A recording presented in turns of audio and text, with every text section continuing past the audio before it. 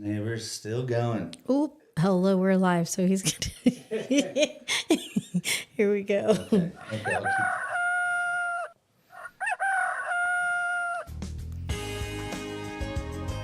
See, Josh.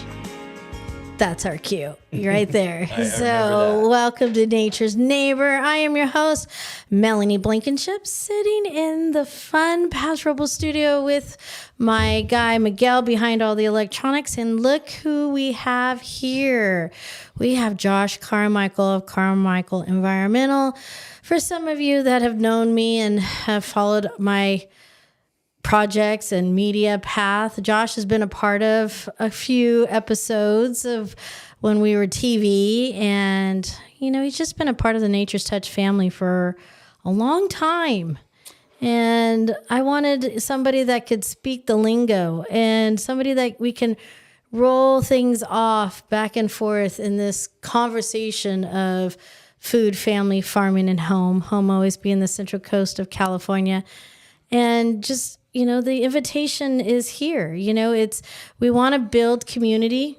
We've always, but we needed a platform that we could actually teach and that we could actually share and invite and be a part of it. So, many years of radio took this to the podcasting world. This is why I'm super excited to have this invitation out to you and wanting you to be a part of it. But again, Josh Carmichael Environmental. Josh, give us a little bit of give the listeners and the viewers, who is Josh? Yeah, who is I? Do you know who you are today? Yeah, getting to it. It was a good Monday. Spring sprung, so we're getting a lot of phone calls. Everybody wanting us to come visit them, and been here a long time. We've been neighbors a long time in the SLO County. And I know your family's been here a lot longer than that, some generations, but... Where did you go to high school? Morro Bay High. That's right. See, you're still a local boy. Yeah. My grandma just got off the boat, so we got here late. But now we're here, and I love it. And a lot of my friends have been here for, thousands and thousands of years through all the, tribal connections. So I love the Central Coast and everything that I got the Mexican immigrant background, Yeah. So, and then I got, cattle ranching family and construction family on the other side. But... it's fun because it doesn't matter. We're all neighbors now. You know what I mean? Like, I honor my heritage and I am one to speak so passionately about it. But at the same time, I'm so happy that, when people come in, like you're a good example. People come in and see the beauty, see the possibilities and want to build from that, and looking at what you have instead of thinking you need to change it. Right? Man, that is such a great point. I think, as we've always talked and, we sort of connected on permaculture, and I have a Chumash auntie who was explaining it to one of her uncles, and he's like, what's this new word? And she's like, Uncle, it's just a new word for old ways. And so when we were saying that, like, what does it mean? I looked at one of our videos from a while back, recently. It was 11 years, I think it said. Oh, don't tell me. We're going to talk about it. But I was going to ask, when did you graduate? What year? Oh, yeah, 96. Oh, so you're still a baby. Yeah. I was older, 3 years. Okay. But I'm Paso. Yeah. So see, this is also, guys, this is this connection between, he's the coastal boy, I'm the North County. But you're going to see, we celebrate, we struggle, and we center and share all the same. And so that's where the invitation for you to come and be a part of it. Because, I do get a lot of, well, you're North County. Well, that doesn't really, I say the world doesn't exist over the grade, but, it does, and... It was hard to get over the grade today, let me tell you.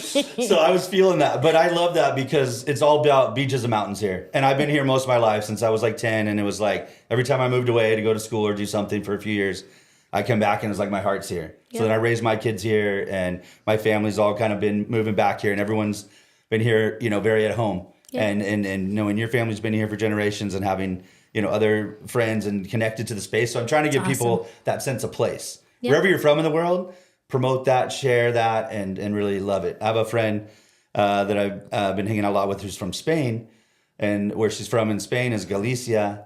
And so they call it here California como Galicia because it's like looks really similar. So going to Big Sur yesterday, seen some of the coast, so the same climate, Mediterranean climate, all the way halfway across the world there. So, it's just really great to be in our area, and we got to share back and forth what we can do here. I brought you some avocados today from my tree. So yes. I know you might be a little light That's on those. the only thing that North County just struggles for me. I was like, what can I bring from the beach for you? So those are in my car. But I, awesome. Love coming up here and all the beef, the wine, all the things that go with the rest of the meals and things we love to do. So we got to connect, countywide. I'd always running back and forth, and now into Lompoc and some of our, tri-counties and really neighboring counties. I think so much more building our community is regional. Mm-hmm. And so how do we really connect across those lines? I just saw something for some Gilroy festivals or visiting roads, like go Gilroy, get your region going. Mm-hmm. And then once you can be sustainable within that, then you can really start to move your resources beyond an abundant, see. So I really love, staying home and kind of knowing what we have all the way around. Like we did a lot of coastal foraging lately of mussels and mushrooms from the hills. And then we did an event in Paso with all that. So we kind of showcased. Yeah, we need to talk about that because that was pretty awesome. Because again, we talk about, what we can do here. We talk about what you and I go out and find or go out and do. But that's where, this conversation, it's like, I'm so excited for people to come here. But the biggest thing is why the frustration or the disconnect between, oh, you're not from here.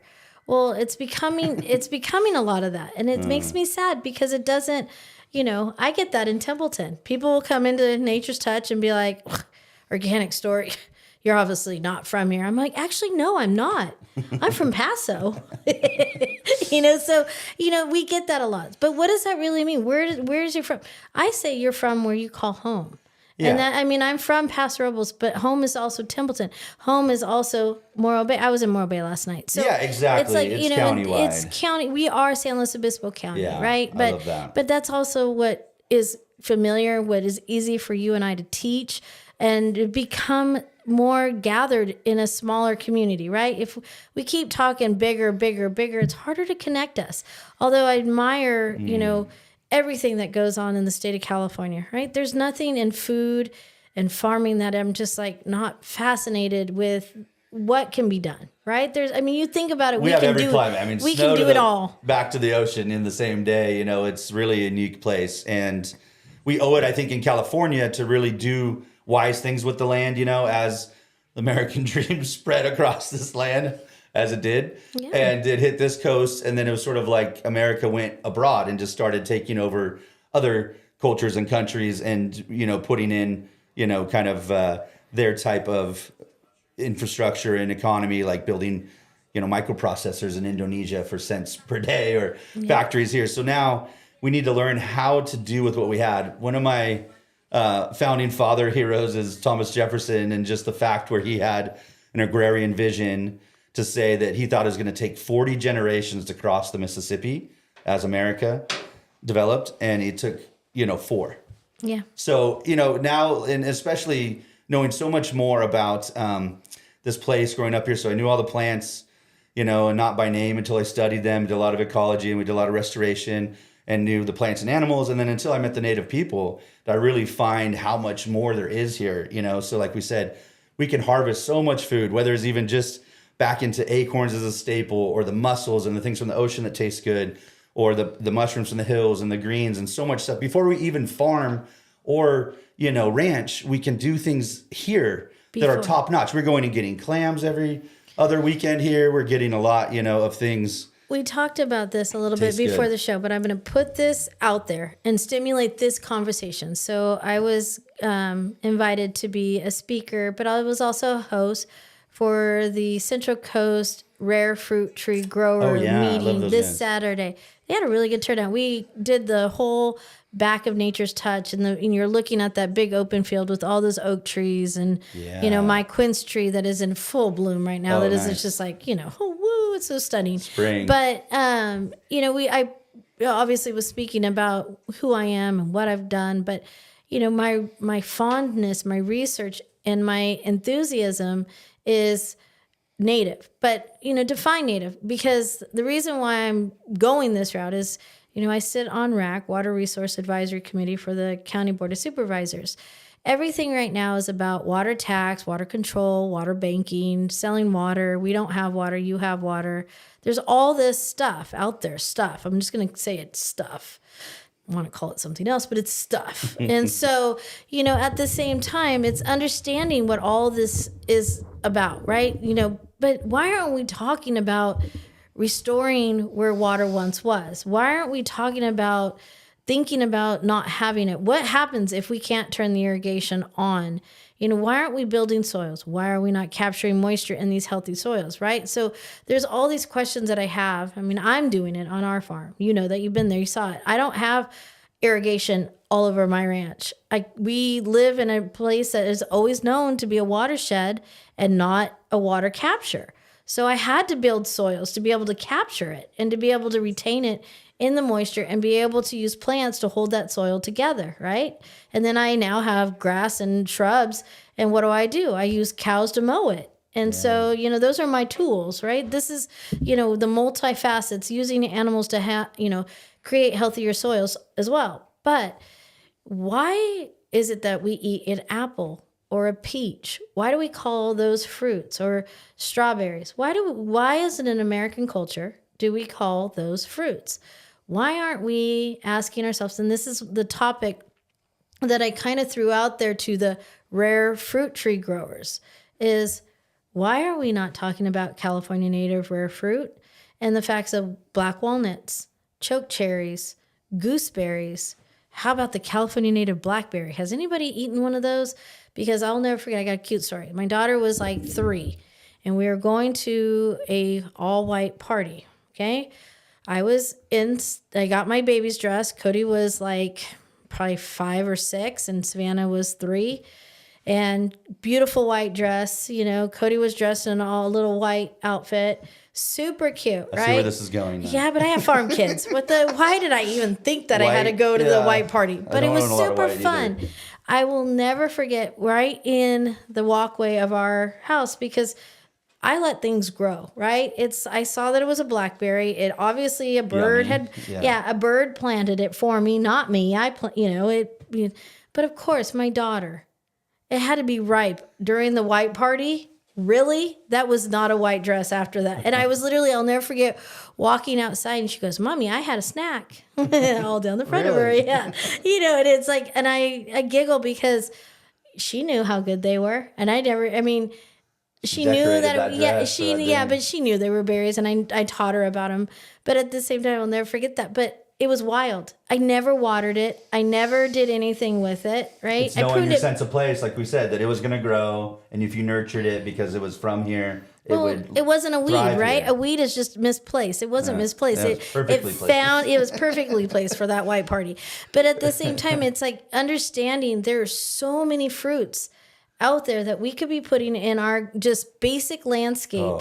And then not having to worry about watering. This is what I'm saying. Like the black walnut, California black walnut, like that tree, huge. Yes, messy, but doesn't people realize that a lot of your countertops are made from California black walnuts? Like, well, the commercial ones are grafted onto that root stock. So I think you're right. It's just about what you could really find in abundance, and I love that about cultures like my family being Italian, and there'll be a lemon festival. There'll be a basil festival, anchovy festival, anything that you can be rich in at that time. I'm going to tell you honestly, I raise Italian beef specifically for that reason, because Italians are all about making food and storing food and having lots of kids, and mom's going to hang out in the kitchen and take care of her babies. There's nothing better than a queen bee that's an Italian species, because that's all she does. She wants to lay eggs and take care of her hive, and all of her brood is all very well taken care of, and they hang out. They don't want to travel. They want to just be with their family and just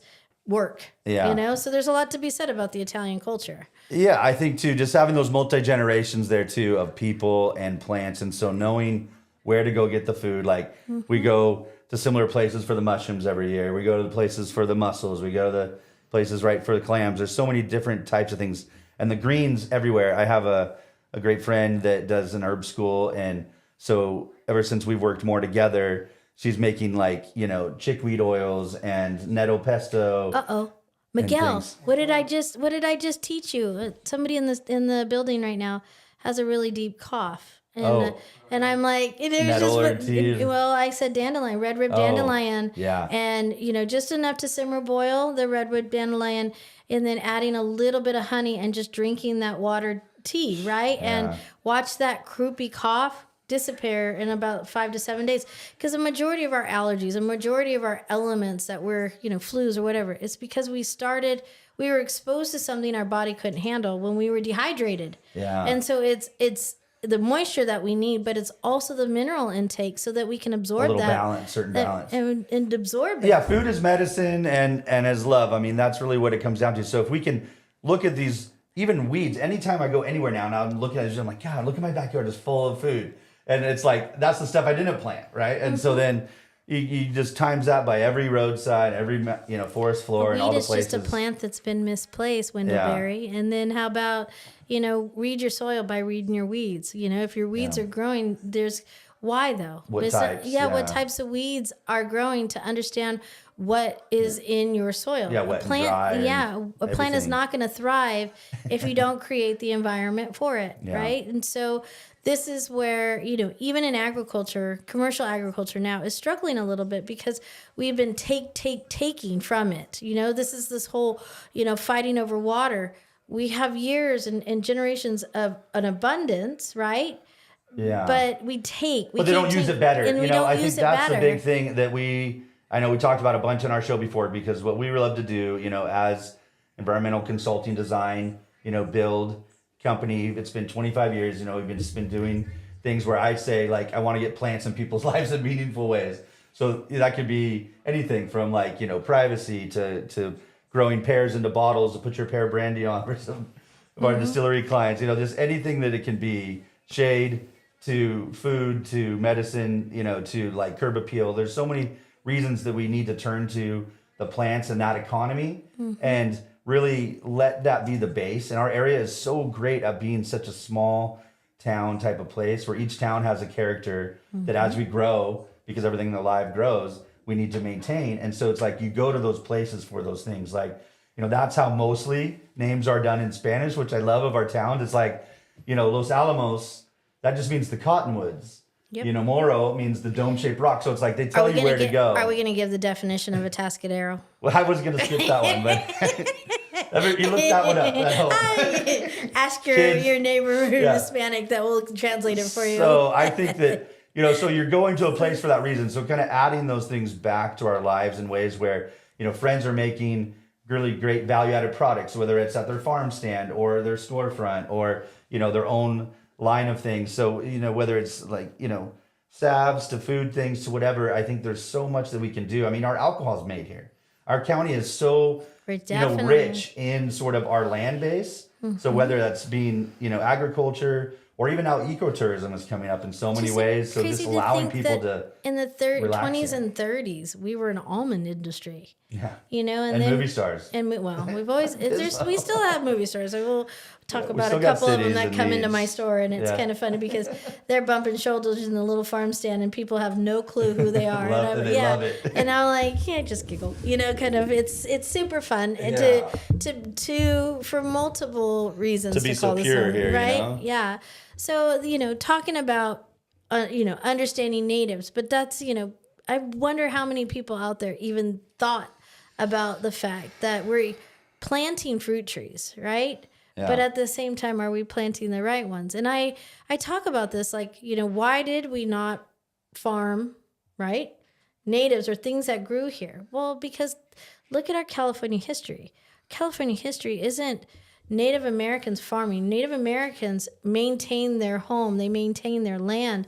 They're symbiotic to that system, right? And that is their system. It isn't about one thing versus the other. Nothing was out of place. It was all there. It was all there. It was all natural exactly. flow, right? Then the Europeans, Asians, South American, later South Americans, but European and Asian cultures moved into our with soils. an ignorance to that system, especially because they didn't ask, how do you use this? They came and they killed brought them, they brought their problems. It wasn't a good, intersection there in many ways that now people are still here, native or implanted. I was thinking about it as we were talking about weeds, like, what are we going to do with all these weeds that are here? We can't ever, see the end of mustard or fennel or all these things are on the roadsides. Basil is never going to leave. Yeah. Basil is my plant that it's like, lucky for me in the wintertime. It's a good weed to have. It's a good weed to have. It dies in the winter. But at the same time, it's funny to me I'm super grateful for the history and the extension of California agriculture. And you think about,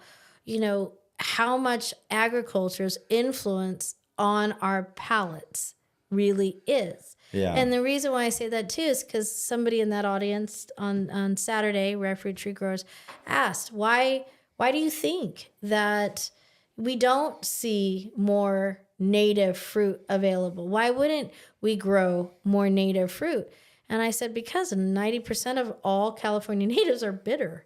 No matter how sweet you think, the blackberry is going to be sweet to some extent, but it still has a little bit of a tartness. Yeah, things haven't been cultivated the same. Yes. Probably as Europe, there was a lot more. Our palate is human. something taught. People think they're born with that palate. They like sugary or they like salty or they like savory.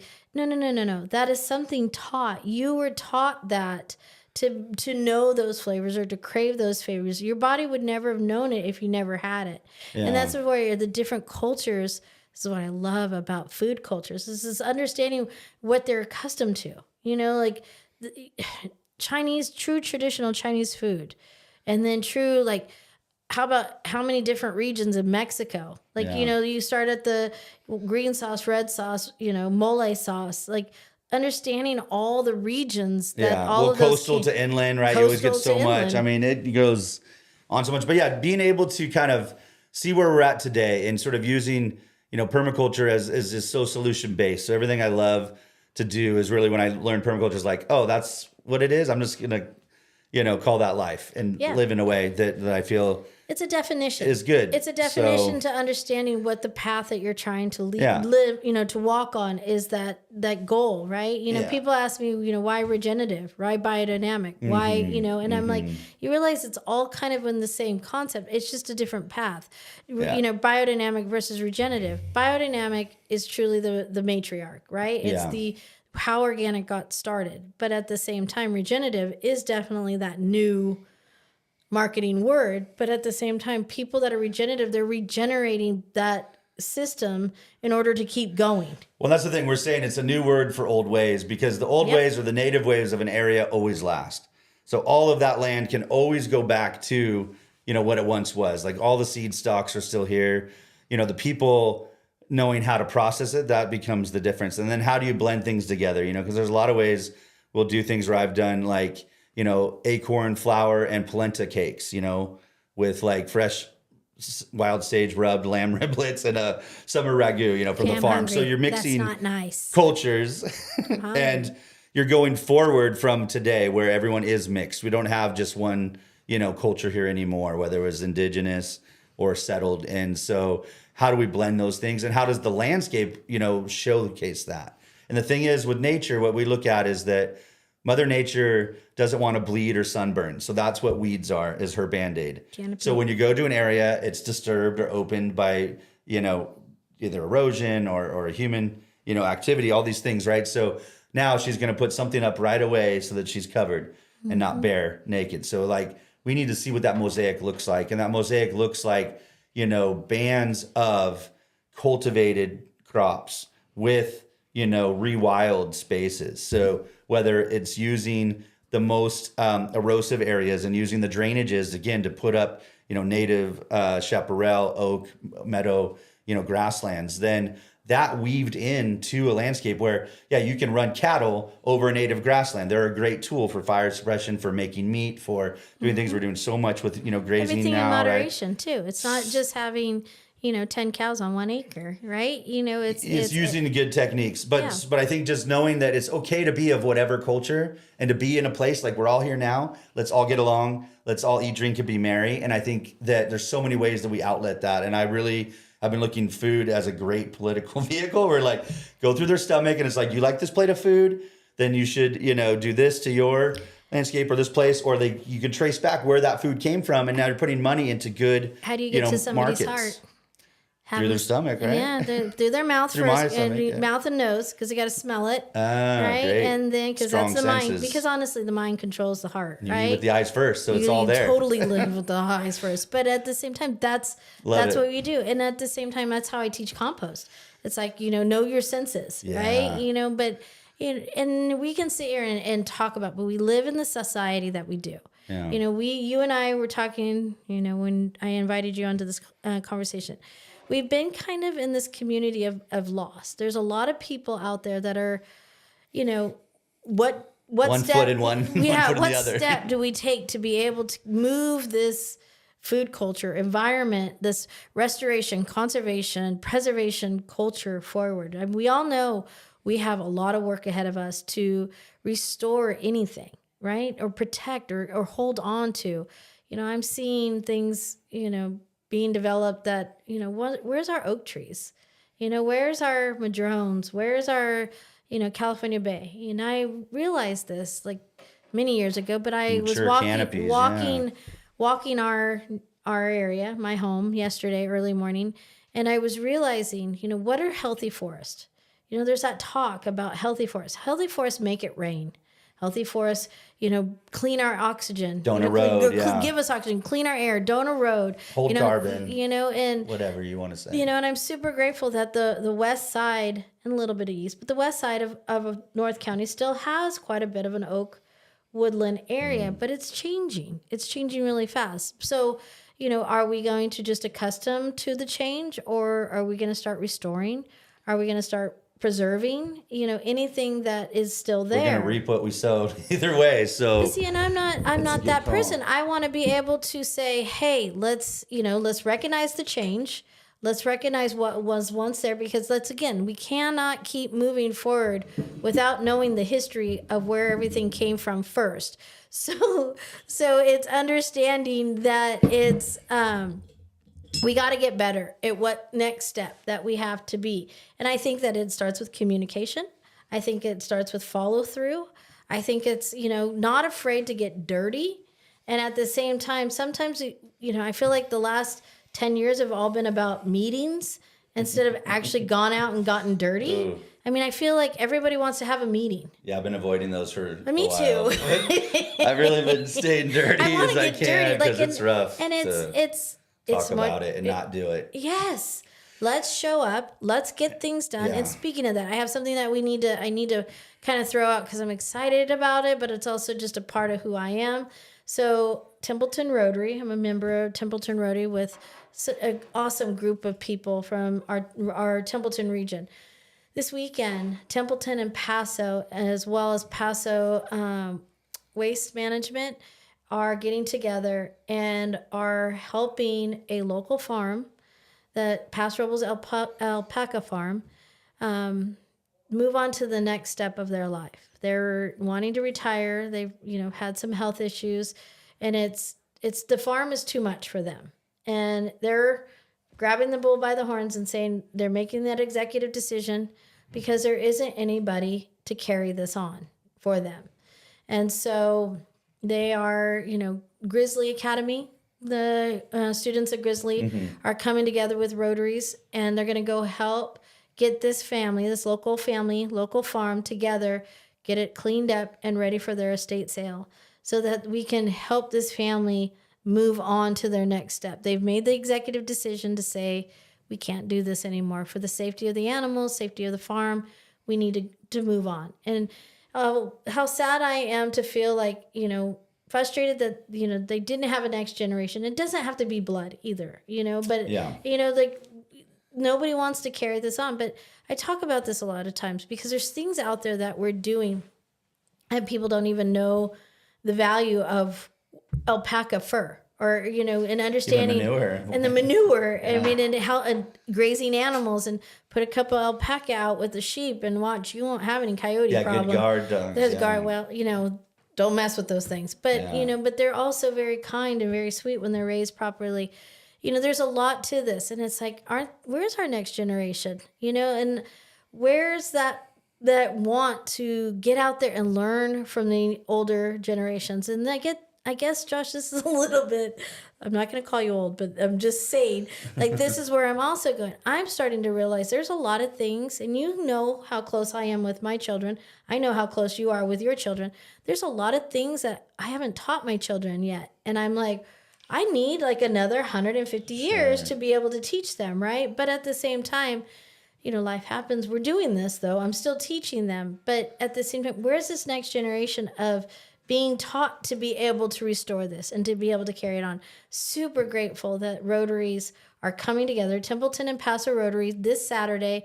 I will post it on all of our social media. I'm going to give the contact of who you can contact if you want to come and volunteer. It's a Paso farm. You know, I'm not going to give the address out right now, but you can contact me, or I'll have the contact on the farm or on social media to be able to come out, volunteer, help it clean up. You know, I'm hearing that there's several hundreds of pounds of spun alpaca fur. wow. I mean, you know, does anybody know how to crochet or knit anymore? You know, because that's honestly, I mean, do people realize that majority of what you and I are wearing is coming from an Asian country? Far away, yeah. Asian. Why aren't we doing more things like that here? Yeah, I think the fiber sheds is something that's really coming up beyond the food shed. And I want people to see, whenever we would take a lot of kids onto farms, so City Farm Slow, we worked a lot with Pacific Beach High School, Continuation High School. So, you know, bringing kids to the farm, and it was like, hey, what interests you here? Is it the growing of the food and you know, being in the dirt? Is it maybe the marketing or sales of the products that we're selling here? Is it the art or graphic design or something for that company that would need?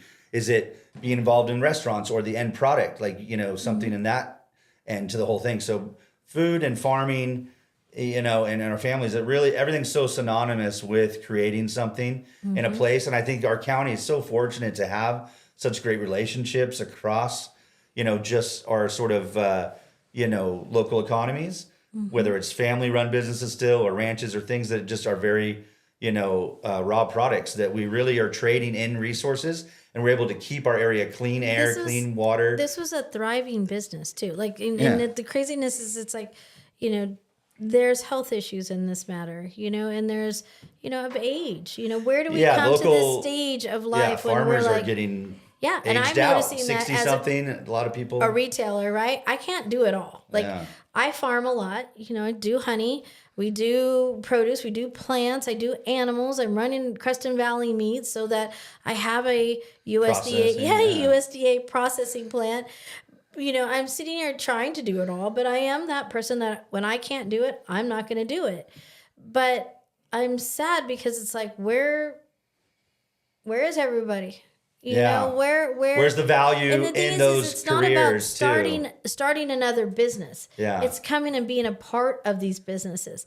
I would not be Nature's Touch if I did not start by going out and being on these other farms like I had. I worked for so many other farms while I was building my business, and I'm friends with 90% of my previous employers. Yeah. You know, and they still shop in my store if they still live here, you know, and a lot of them is sold or, you know, have new people. I mean, I worked many local farms, and that's how I learned. I learned by being a part of it, building it with them, having these other farms grow and be a part of it. And it's like, I'm also this, you know, Nature's Neighbor is about stimulating the conversation, but I'm inviting people to get out there. Look at how many different organizations there are in reference to learning how, right? Like you just threw out City Farm. I mean, I giggle because there's tons of different conferences and little groups that they have going on that are teaching, you know, and it's all ages. It's not just, you know, in school or out of school. You know, sometimes I was that one that figured out what I wanted to do at an early age. I always knew I wanted to marry Clint Blankenship, and I wanted to have his children, and I wanted to be a farmer. Check those off the list. Checked them off. Done. That's it. And, you know, at 26 years later of marriage and 34 years after all of this, I made a wise decision. Hopefully he's not listening. But he made a wise decision. He's going to use that one against me. But, you know, it was, you know, I was that person. I'm not expecting everybody to be like me.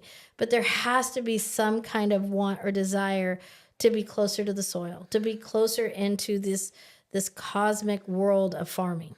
You know? Yeah, and that's what I'm saying. There's so many ways to outlet the end result, you Yep. know? So whether it's you're making, you know, like I said, medicines, or maybe you're selling them. We have friends, you know, like with like your store here in Templeton, we have Avocado Shack in Morro Bay. We have local, you know, entrepreneurship in so many different ways. So it's like you could be on the growing end, you could be on the selling end, you could be on the Producer side of it. you know, kind of marketing. Oh, so many different ways to have it kind of pay off environmentally, socially, and economically. And I think just seeing that we need to do things from the community up instead of from the top down, the way, you know, politics are. It's like the best ideas are never going to come handed to you that way. So even, you know, grant monies, how can we really invest and fund, you know, our communities within so that they are the most resilient? That's sort of the most regenerative way to maintain it. And I think that we need, you know, the equal end of mentorship and, you know, interests of youth to put their hands into something productive, whether it's, you know, through, I think,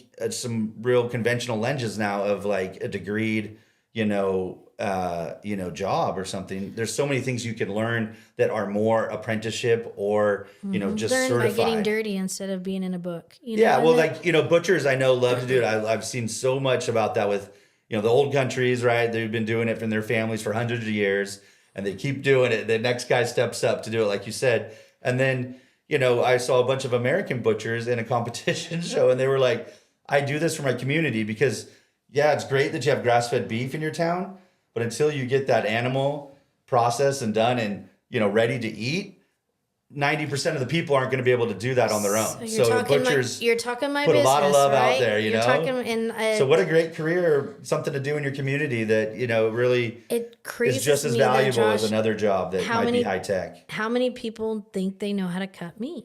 And it is literally an art. It is Yeah, a talent. quite. And it's something that you have to really want to do. I love all my first time, you know, home or ranch kill processors, right? Like and then, well, what is it? You know, like, and I'm like, okay, there's a reason why we're the professionals. Let me show you how to do it. And I'll be honest with you, I'm not a meat cutter. I'm a raiser. So Yeah. I'm going to be, but I so much enjoy my boys that are in my cutting room. I mean, several of them, you know, I hope OSHA's not listening, but several of them just can sit there and talk and teach while they're cutting. Yeah. And it's flawless. It's beautiful. And they can take this beautiful Yeah, the carcass. pride and the work that they're carcass putting in and is they- worth and they- any other job you could do here. Yeah, I mean, Really. and the thing is it's like, does it always have to be as perfect as Crescent Valley Meats does it? I mean, they're definitely doing some really nice work since the last 2 years since I've been there. But you know, it's crazy to me how people still shop or eat by a trend, even in meat, right? Like how long have I been raising animals under my USDA label, harvesting them under my USDA label and selling them directly to consumer? You know, it's funny, you know, for years I had a waiting list for tri-tips. People don't realize there's only 2 tri-tips to a whole cow. You know, so my clients would say, okay, Melanie, your next harvest, can I get one of those tri-tips? Okay. And then I would get the others that would walk in and go, how come there's, you know, 50 How come tri-tips there's only ribeyes left in the Yeah. case? Well, you know, or how about the fact of, you know, who knows what a hanger steak is? Oh, yeah. You know, who knows what flap and flank and flat iron and all these, what's usopoco? You know, it's Yeah. like understanding what all of these cuts picanha are. in there. Yes, you know, and long cut versus short cut versus, I mean, there's so many things, but right now we can't grind enough. It's ground beef. Economies change. Sure. Markets change. Perceived I don't- values, yeah. to this moment, I still don't get where the concept of where cheap meat became ground beef. Because there's nothing cheap about ground beef, especially when you have to test for N60, which is E. coli, Yeah. and all the trim. You have to run testing on all of this to be food grade, right? Yeah. For legal sale. But at the same, there's nothing cheap about ground beef. Yeah. But at the same time, it's that marketing brain that Americans have had. Well, it's the social end. Like economically, yeah, it doesn't really. But then you look at the social end. Well, that's what so many people had to do in the 50s. You know, everything was prepackaged or easy to form, I guess, and do. Yeah. I mean, burgers are great though, so you got to have your burger. You can't knock it. No. And you got to, you know, throw all the trim out bone to somewhere. get soup So, and, you know, all of those things that we use with our ground beef. but even you know. just eating other meats too, I love, you know, looking at that. Like, whether we have our game, or just being able to eat beyond cow, pig, and chicken, and really adding the lamb, because that's such a great animal that we can put on the land here Yeah. to graze. Well, and I think, again, our local ranchers that have brought in breeds that, if you're talking to a European descent, they want a lanolin sheep. They want what they call mutton, which, your wool sheep that produce lanolin in their wool, right? We all know you lay your baby down on sheep wool. Yeah. It gives that moisture to that This baby is skin. 100% See? wool. Yeah. So it's, it's that moisture that it creates, right? And that moisturizing. But it also produces that gamier, muttony taste, right? But Europeans love it. And so, but at the same time, Americans, what are Americans? Americans are red meat. And so, we're so grateful that we have people in this area that are raising Dorpers. Dorpers are a hair sheep. So they don't produce the lanolin. So they produce more of like a red meat. But you'll still get those people that it's a mind thing. Again, palate is something taught. It is about the mind. When you make such good Greek sausage or garlic basil sausage out of ground lamb, people smell that and they forget that it's lamb. But there's Plus poultry tzatziki or something. there's we forget about poultry, and poultry is struggling right now because of all the craziness of not bird flu keeping things crazy. healthy. Yes, keeping things healthy. Numbers are down. Yeah. Why I'm saying that we are not seeing anything that is sick birds are not getting condemned. Yeah. But it's and honestly what's coming Kind of is very overreaction healthy. anyways, yeah. Yeah, but it's, definitely the numbers are down. I think also too, we were talking to like 4 different hatcheries. We don't, personally, we have our own incubator, so we don't have to, but we like to help other farmers too. So we were all going to just get together and get a hatchery to do some batching for us. And it was crazy. So hatcheries, because of the marketing world, they're like not shipping chicks out until September. They're that sold out. So the hatchery world is definitely doing well, where the meat world is not catching up yet. Yeah. But I think that it will be. But look at, chickens. People, everybody's about their eggs and their chickens right now, which, again, I don't know of a bird or an animal that cleans the soil better.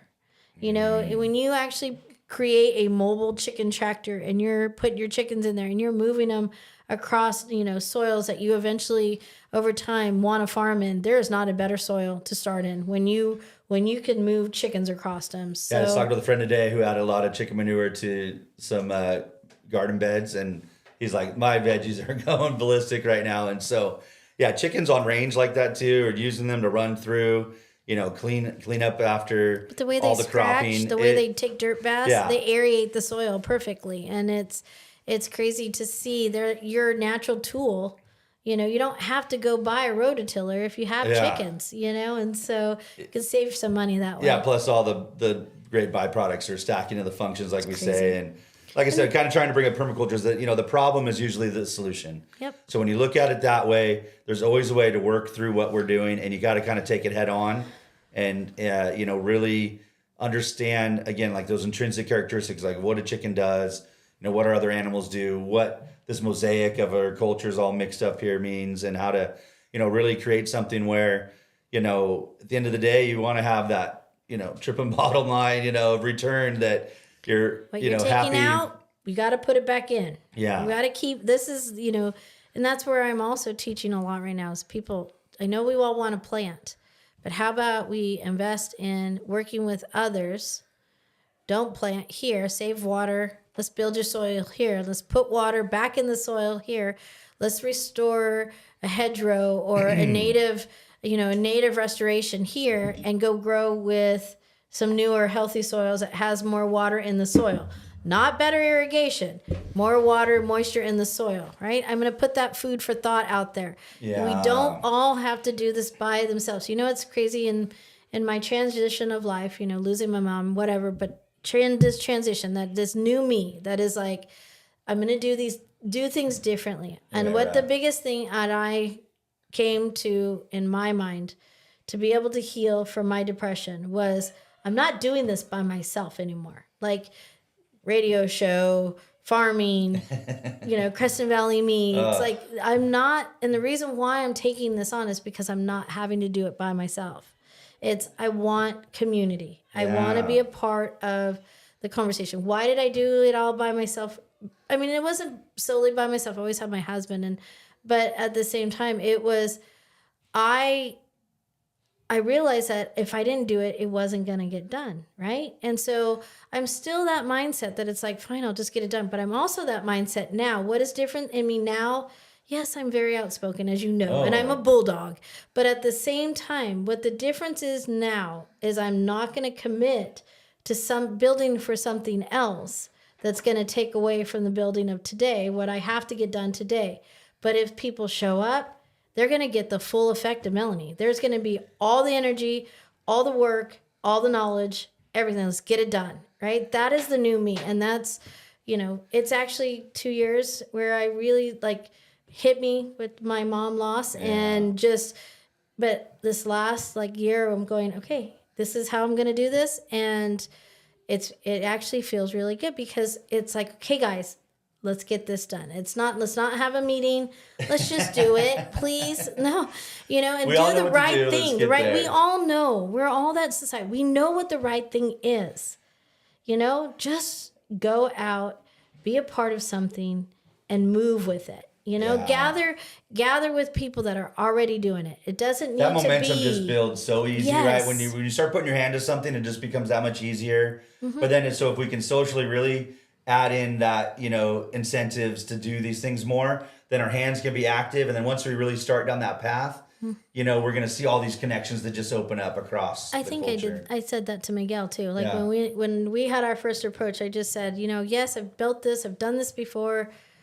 I just don't want to do it by myself. I think I said that even to Miguel before too. So I'm like, and look at us. I mean, look at this beautiful studio that Miguel has created. Miguel is the owner of Past Rebels Podcast, people, and he's the one who's producing our shows here. Couldn't do Josh, without him. yeah, and Josh hopefully will become and be a ongoing regular co-host with me because as you can see, we kind of always have a lot to talk about and we go easily back and forth because, yes, you see that right now we agree, but there's times we disagree. But we, at the end of the day, the love and the respect of friendship that him and I have, but also a lot of my friends in my life, that's who we are. That's how I'll we build speak our my community, mind. yeah. I will tell you why I disagree and then take it or leave it. But I respect still that. I still love you. But at the same time, this is how we can move forward, right? Yeah.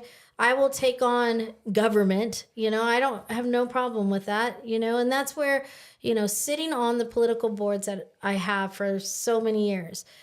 Again, I don't want to do this by myself anymore, but at the same time, people that have been fighting the fight or, showing up to these meetings, can we possibly get some new blood in there? Because I'm tired of seeing the same people. Yeah. I'm like, love them. And it's, but at the same time, I am tired of always just sharing that knowledge. I think that if people really saw what was going on, I think they would be more motivated to get their hands dirty in the soil. I think Get just localizing grounded. that too. Like Yes. people getting involved more in the community region, different levels they're at. And I think, with you, it sounds like you leveled up, to I did. to anti-level. So now it's like you get to trick people into doing the work for you. So Auntie's like, I really need some of this and that. I'm like, okay, I'll go to the beach. I'll go get that for you, Auntie. But So- it's this next stage. Smarter, not harder. I'm turning 50 in a couple weeks, Josh. Like you're catching I want me. to get to that milestone You're catching too. Yeah, I you're hope catching I'm me soon. But half at as this wise as you are. But then. at the same time, it's coming fast, and I'm also realizing if I don't do it now, it's now or never. Right? It's like I want to see things come to fruition. I want to plant Yeah. more seeds in the soil because I want my great-grandchildren, like my great-grandparents Yeah, it's our time taught to do me. that. Yeah, exactly. That's what I really, really Be want. the change you want to see in the world. So Exactly. So let's do it. we're at that time limit, and I'm super excited, super fun, Josh. I'm super happy that you're here with us in the studio. Nature's Neighbor. You can check us out always on all the platforms. We will have it up soon. We go live approximately 4 o'clock if Josh hit traffic. Last week I was late too, so don't worry. We got this.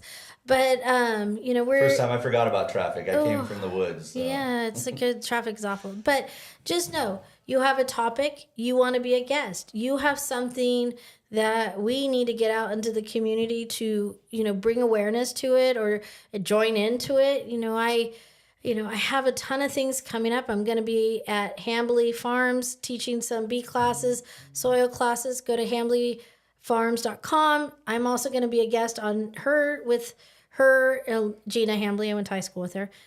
She's coming in here with Miguel. And so we're going to do a collaboration and have fun talking about that. There's a ton of things going on. Yeah, I love it. There's so many things I'd love to, really promote as they come up here. So let's get it together, Josh. Got our Josh. hands on something. Let's celebrate it. Let's invite. Let's gather the community better. Yeah, I really would love to share anything we can to get people motivated into all those things. So alrighty. Until next time. Well, have a wonderful week. Easter to the people who celebrate Easter and spring break for my kids. Spring break, so yeah. Well, my kids are college bound, so they don't. That's not different. But yes, just go out and enjoy. Reach us here. Look us up on social media. Contact us. Both of us have small businesses in this community. Come out and support wherever you can. Really appreciate it. Have a good week. Cheers.